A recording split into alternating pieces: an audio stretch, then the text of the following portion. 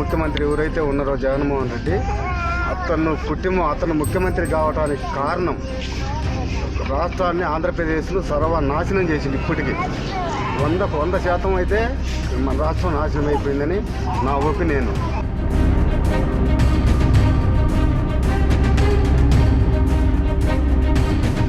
ఖచ్చితంగా మన రాష్ట్రం బాగుపడాలంటే ఖచ్చితంగా చంద్రబాబు నాయుడు ముఖ్యమంత్రి అవ్వాలి.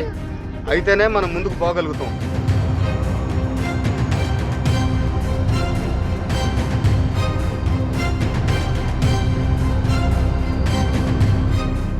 మద్యం మీద బేసిక్ అవ్వటం ఏంది?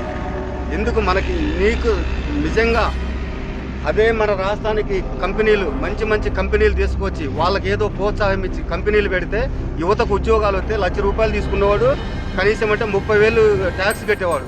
ఆ విధంగా మన రాష్ట్రానికి ఎంత ఆదాయం వచ్చేది? మద్యం మీద బేసిక్ అవ్వాల్సిన అవసరం ఏంటి? ఈరోజు మద్యం లేకపోతే నువ్వు కనీసం జీతాలు ఇచ్చే పరిస్థితుల్లో కూడా లేవు.